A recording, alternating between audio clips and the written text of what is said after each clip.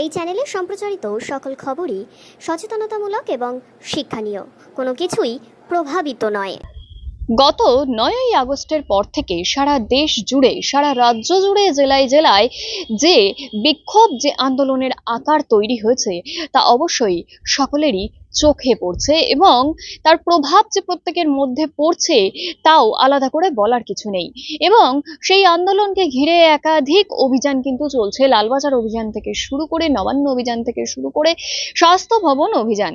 এখন আমরা দেখেছি যে জুনিয়র ডাক্তার তারা কিন্তু স্বাস্থ্য ভবন অভিযানে একেবারে লিপ্ত আছেন, তারা কোনোভাবেই সেই অভিযান থেকে উঠছেন না, তারা অনড়।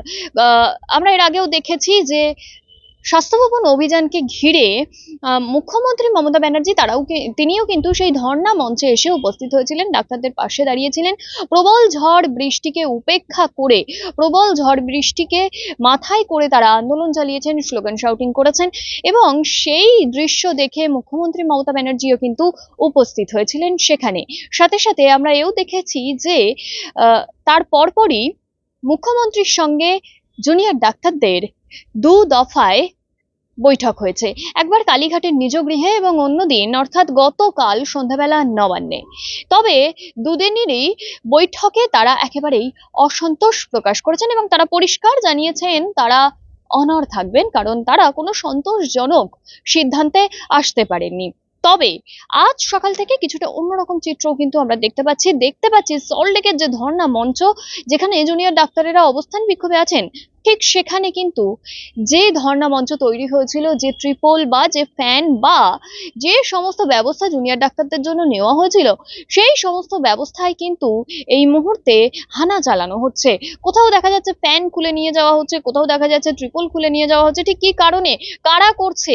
অবশ্যই পুলিশ এবং জুনিয়র ডাক্তারদের তরফ থেকে জানানো হয়েছে কোনো প্রশাসনিক চাপ কিন্তু এই মুহূর্তে নেই, যার জন্য এগুলো নিয়ে যাওয়া হবে। তবে কারা করছে, কেন করছে, কোথা থেকে করছে, সেই প্রশ্নই কিন্তু এই মুহূর্তে তৈরি হয়েছে।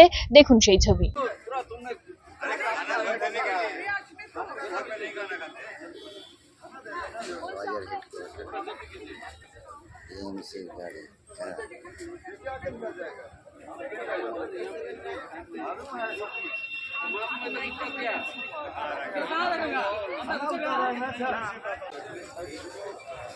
এই দেখ কিরম এগোচ্ছে, দেখ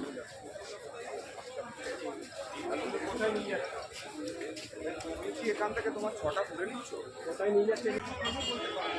আর আমরা